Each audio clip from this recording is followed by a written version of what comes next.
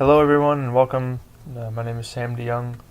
Today I'm going to be talking to you about my final project for Ecological Issues, which I've titled A New Purpose to Parking, an alternative to wasted space that parking facilities create.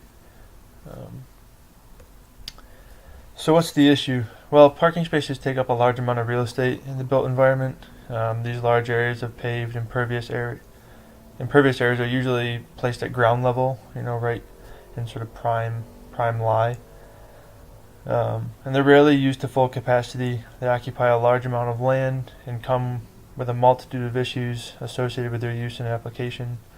And a new approach to parking spaces is needed for the 21st century that can more positively benefit the built environment in an expanding world. So why are parking spaces a big issue? Well, on average, 40%, of the average city's impervious cover is associated with transportation. Excuse me, that's roads and parking. For parking spaces and roads, oil and other automobile fluids frequently run off into stormwater systems. That's sort of offset with the use of bioswales and things of that nature, but I'll talk about those in a second. So, impervious systems or surfaces, hard surfaces, roof roads, large areas of pavement, and asphalt parking lots. They increase the volume and speed of stormwater runoff, which then erodes stream beds, reduces groundwater infiltration, and delivers many pollutants and sediments to downstream waters, and effectively can kill off ecosystems, as seen in the Rouge River. So like Detroit, many cities combine their stormwater runoff with sewer systems to decrease needed infrastructure. The major issue is that when there is a huge surge in the system, there needs to be some sort of backflow management. Detroit's plan specifically for stormwater surge is to overflow into the Rouge River, which dumps contaminants and toxic materials into the environment, and that effectively kills a lot of flora and fauna and limits its growth. The average vehicle, our lives are on the vehicle. The average vehicle is parked for about 95% of its life, and so really, why do we dedicate such large areas, at ground level to simply parking a vehicle in the sun, out in the open? Because usable land will decrease as populations increase, and property cannot be wasted just simply storing objects. Another issue with parking areas is that 20,000 hectares of forest are being destroyed daily for development, with more than 80% of planet's natural forest already destroyed. That's a lot.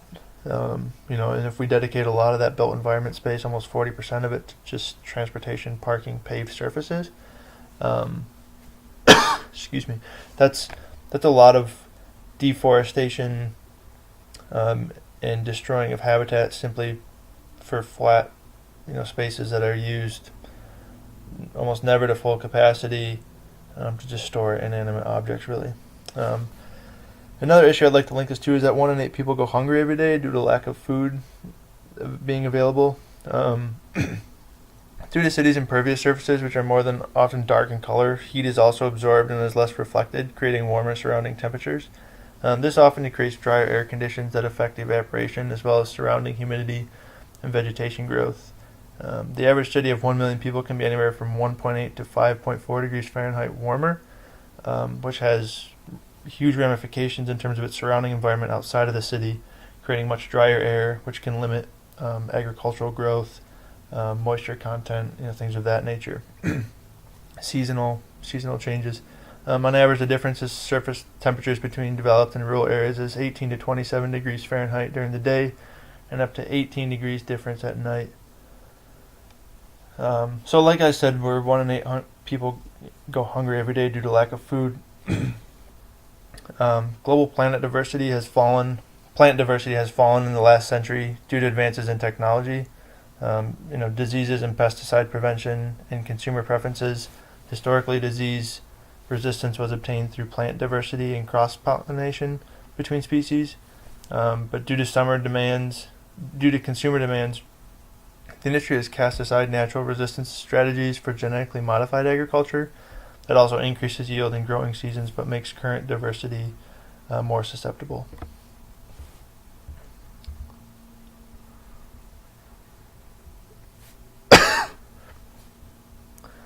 Excuse me.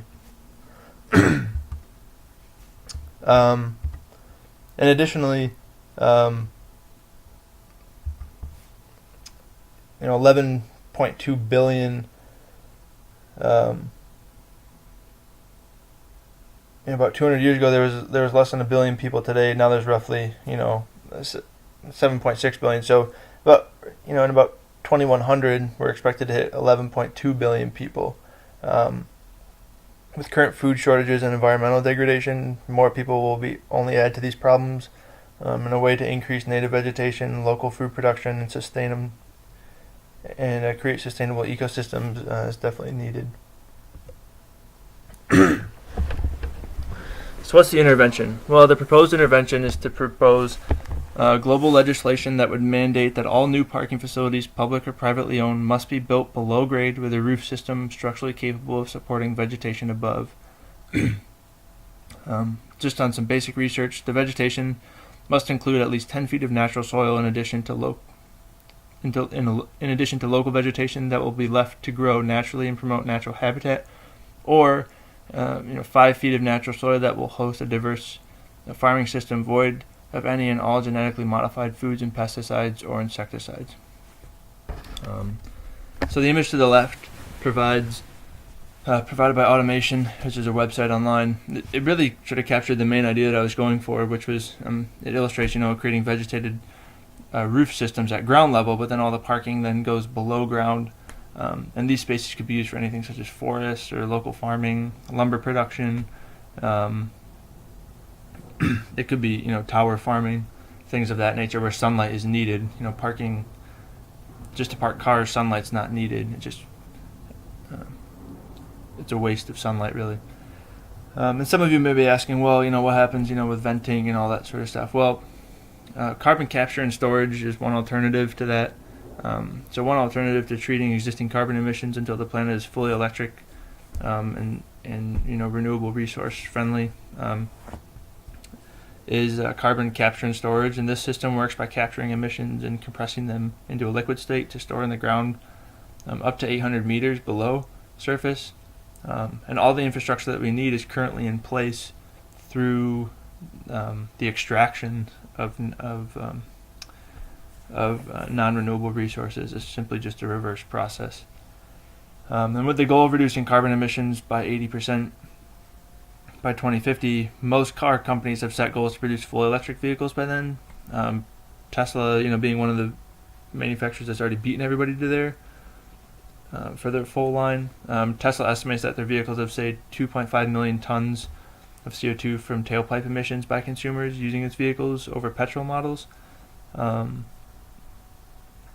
like I said, because the plant is moving towards, electric, more eco-friendly, energy model, I think that there are ways to tackle emissions more efficiently and sustainably until we reach that full 100%, non-renewable resource dependent society. So, like I said, bioswales, I'll talk in the bottom right corner there. Pervious pavement solutions currently offer some benefits, such as reducing heat island effect through light colors and more abundant vegetation. However, the vegetation is usually low and equal in height to grass, which is effectively a desert and incapable of supporting viable flora and fauna life that positively affects the local environment. So, even bioswales, they're getting so much, salt runoff here in Michigan, or oil and gas runoff from surface water, that local plants and animals can't really use that. It looks really good. I don't think it does, but a lot of people think it looks good and it's so green and efficient, but it's kind of a farce, really.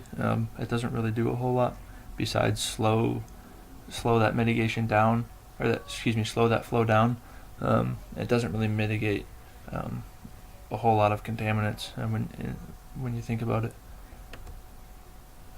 So where's the site for my topic? The site I chose was the Los Angeles Dodgers Stadium, which features one of the largest continuously paved surfaces near a high-density city in the continental United States. LA also, one of the reasons I chose this was LA also has a really high homeless occupant population. Dodger Stadium states that they have 16,000 parking spaces, as you can see in the image to the right, with a ton of impervious pavement. And I thought that this would be a great model to use as it stands, sort of really close to the LA, downtown LA, and LA having such a high homeless population as well. So 16,000 spaces at roughly, let's say, 200 square feet per space. That's 10 by 20, and then I'd increase that by 50% for all the driving lanes and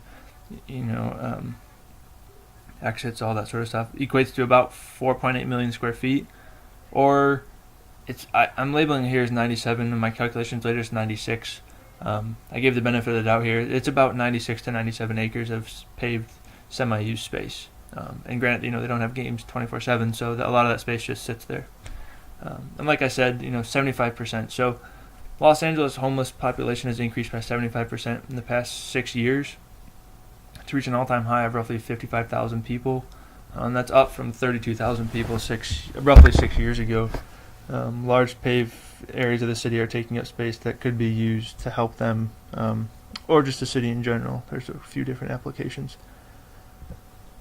So, what's the application of this system? So, the first strategy that I came up with was farmland. So, as the world becomes more dense in population of humans, it is important to use space efficiently. One of the ways this can be done is to use parking area ground spaces as places to grow food to help subsidize urban food intake. While the amount of food grown may not be able to feed a dense community like with a lot of people, it could help eliminate hunger and encourage more people to grow locally on their own. So 96 acres, is this 96, 97 is a space of impervious pavement at LA Dodger Stadium. So 1 acre of land has the ability to produce the following quantities. So at 25.4 thousand pounds of potatoes, 11,000 pounds of lettuce, 42,000 pounds of strawberries, or I label it here as 130 bushels of corn per acre, which is 56 pounds, and at 96 acres, that's almost 700,000 pounds of corn. And then I also showed a statistic where it takes about 8 bushels of corn to feed one person for a whole year. So 96 acres could feed roughly 1,500, give or take, people. It can also produce 8 bushels can also produce, I believe, 20 gallons of ethanol. So I didn't really work out that math, but ethanol is an alternative as well. An area used for farming could also provide jobs for those in need and allow for a small income to bring people out of poverty. Hands are needed to plant, water, maintain, protect, harvest, and sell and all these could be done by those less fortunate or homeless. So really looking at a model of, we could have, local farming on top to help, increase food demands and eliminate hunger. A second alternative would be to plant and have natural habitat. So, local ecosystems and forests. So, a second use for the space sequestered by underground parking would be to replant native forests. This would interweave ecosystems with the built environment and support local flora and fauna. As development continues to expand, local plants and animals are being wiped out at an alarming rate. If we could do something to reverse that change, why wouldn't we? So, in addition to supporting local plants and animals, forested regions would aid in eliminating CO2. As you can see, 1 acre of land planted with native trees would have the following effects, roughly. So, 96 acres of trees and plants would be able to sequester 240 tons of CO2. So 1 car is 6 tons per year, which is 40 cars.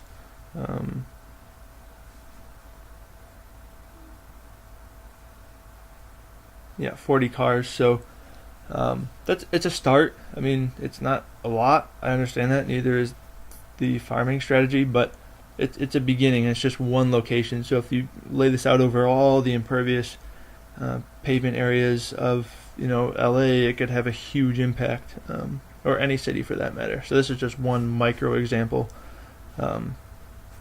Trees absorb CO2 and emit oxygen, the main gas we breathe, and by increasing vegetative regions in the built environment, we could offset global warming until we can use fully renewable resources for power and transportation. And the forests can then stay to bring back sustainable populations of local ecosystems and also bring people closer to nature, something that I feel particularly strongly about, in a growing age of technology. So those are my two alternatives to the use of parking facilities, and then bringing those parking facilities below ground. Here are my following sources, and if there's any questions, please list them below in the video comments. Thanks for listening, and